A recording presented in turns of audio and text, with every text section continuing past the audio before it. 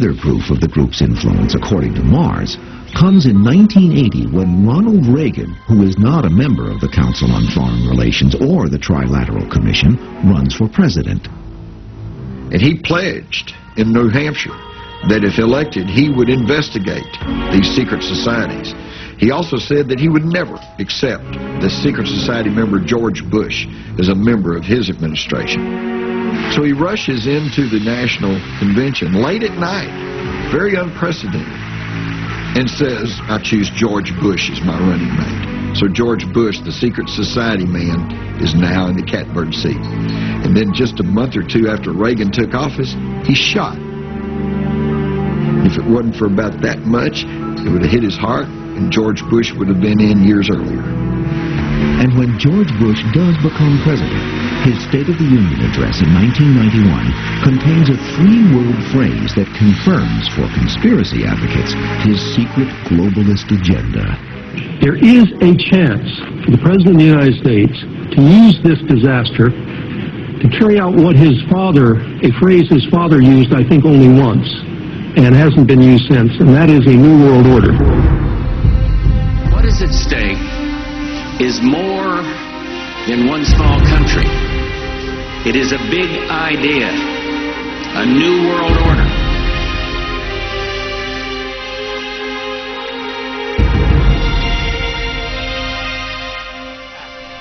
What happens in terms of creating wars is a technique, a mind manipulation technique that I call in my books problem, reaction, solution.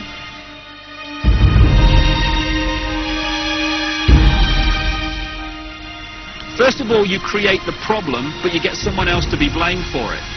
You then report that problem through the media in the way you want it reported, because the media is owned by the same people that own the banks, and etc. A guy with a criminal record who had been in trouble a lot, who'd been in and out of the drug. You get the public to react to your problem by saying something must be done, this can't go on, what are they going to do about it? Hosted by a plane and right by an explosion, approximately an hour ago, has totally collapsed. And at that point, they, who have covertly created the problem and blame someone else, who glean that reaction of do something, then offer the solution to the problem they have created.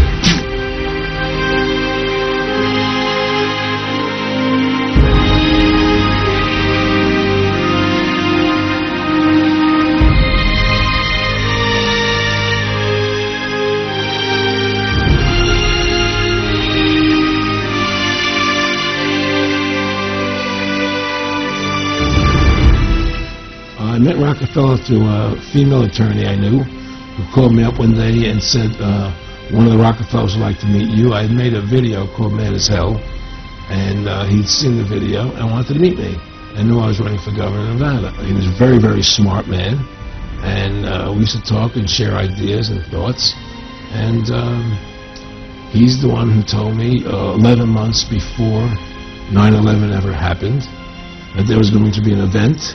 And out of that event, we were going to invade Afghanistan to run pipelines from the Caspian Sea.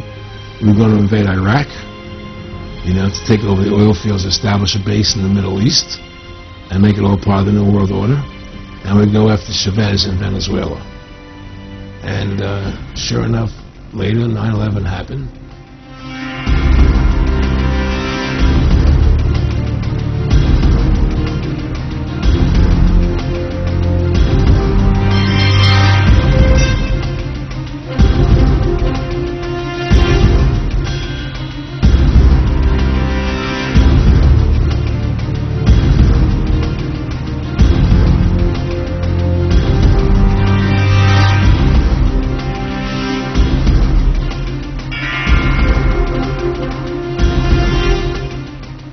The United States has been built on the wars that it creates. To keep its people's support, it needs to convince them of a worldwide threat to allow it to continue with its military agenda. Therefore, the Muslim face of terror was created as a facade to achieve its major goals in the Middle East and the rest of the world. what was the real story behind 9/11? On the 27th of February, 1933, there was a fire in the Reichstag building in Berlin, an event which ushered in the Nazi Party in Germany. This attack was later admitted to be a false flag attack, in that the Nazis themselves were behind it, an attack on themselves to usher in their supreme power. So on 9/11, was it Muslims that plotted and executed the attack, coincidentally pushing the United States into war with Afghanistan and Iraq?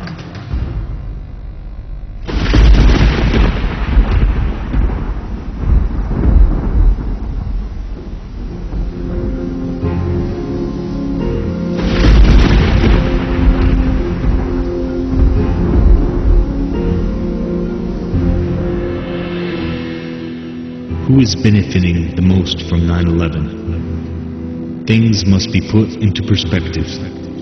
Who is in charge of NORAD on the morning of 9/11?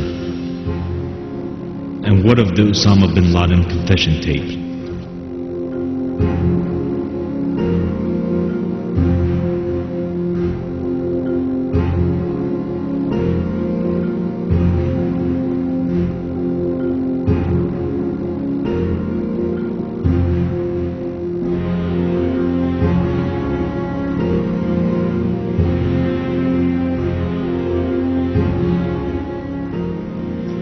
Today, our fellow citizens, our way of life, our very freedom came under attack in a series of deliberate and deadly terrorist acts.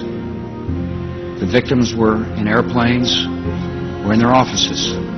Secretaries, businessmen and women, military and federal workers, moms and dads. And what of the hundreds of witnesses who heard and saw explosions in the two towers?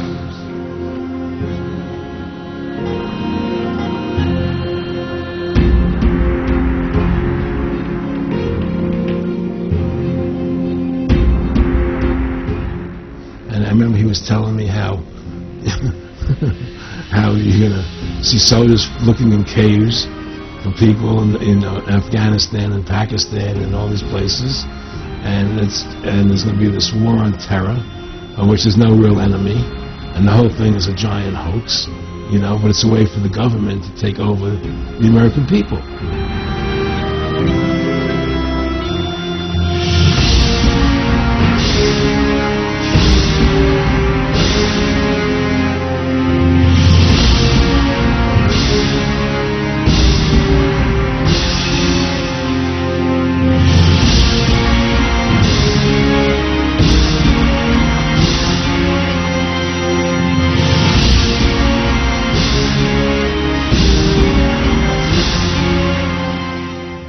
And you don't have to be a conspiracy theorist to wonder exactly what President George W. Bush knew about the attack, and when he knew it.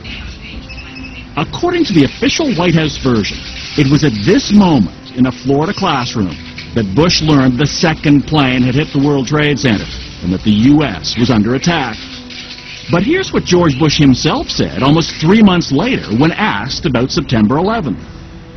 I was sitting outside the classroom waiting to go in, and I saw an airplane hit the tower the CD was obviously on, and I used to fly myself, and I said, well, there's one terrible pilot. And I said it must have been a horrible accident. But I was whisked off there. I didn't have much time to think about it. Now wait a minute. George Bush was told about the second plane while he was inside the classroom. So you just heard him describe seeing the first plane crash on television that day. But that's impossible. No one saw the first plane crash on TV on September the 11th because the videotape of it didn't surface until the next day.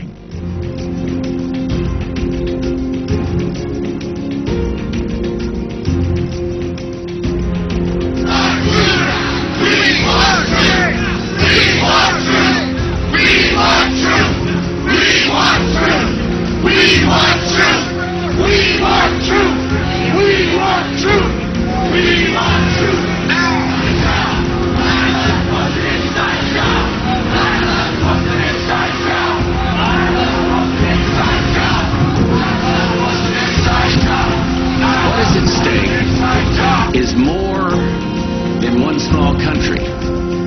It is a big idea, a new world order. The people who are trying to make this world worse are not taking a day off.